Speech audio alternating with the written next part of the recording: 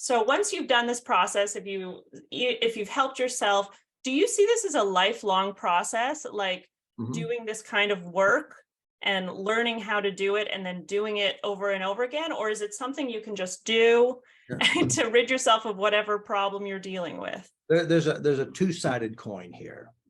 First of all, if you have no emotional coping skills and you don't practice that's healthy, you'll go back to what didn't work.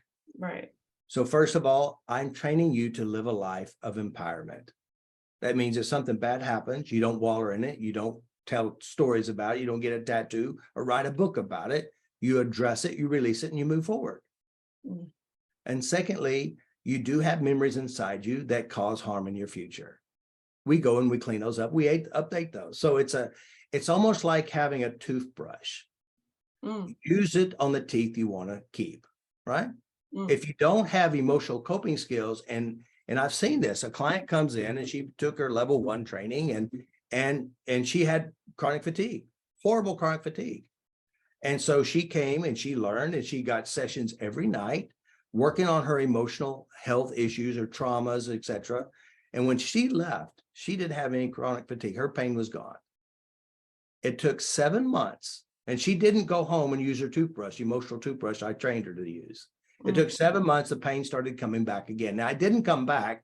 She actually accumulated ideas, emotions, and experiences that started weighing her down. And then she came back again. She explained it. She said, this is what happened. I said, were you tapping? She said, no, I didn't need to. I said, tapping and taking ownership of your mind is not a once of a lifetime deal. It's a daily walk with yourself. And one of the things I always say, that the brain is like a temple, right? If you got bad stuff in your temple, you're going to act bad.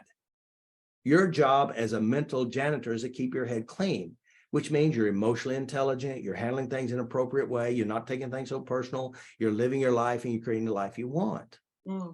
So this is not something you can try. You can, and you'll get results, and then you'll go back to your nonsense, the old coping skills that created the health problems in the first place.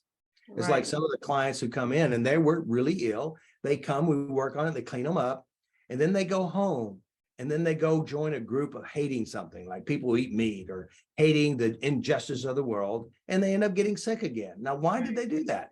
Well, they're hating something. If you practice hate inside you, you practice danger, and you watch horrible, scary monster movies, you're building something that made the sickness in the first place. Yeah, that's a huge thing for sure. I tell my clients, like, stop with the news, stop with the CFS groups where people are so negative. It's really, really damaging. And that is an interesting, like, NLP kind of idea, but you're adding like the memories that get stored as being the culprits, which I find really interesting. But even with logically, if you sit in the seat of evil people, evil, bad things, that's going to get you.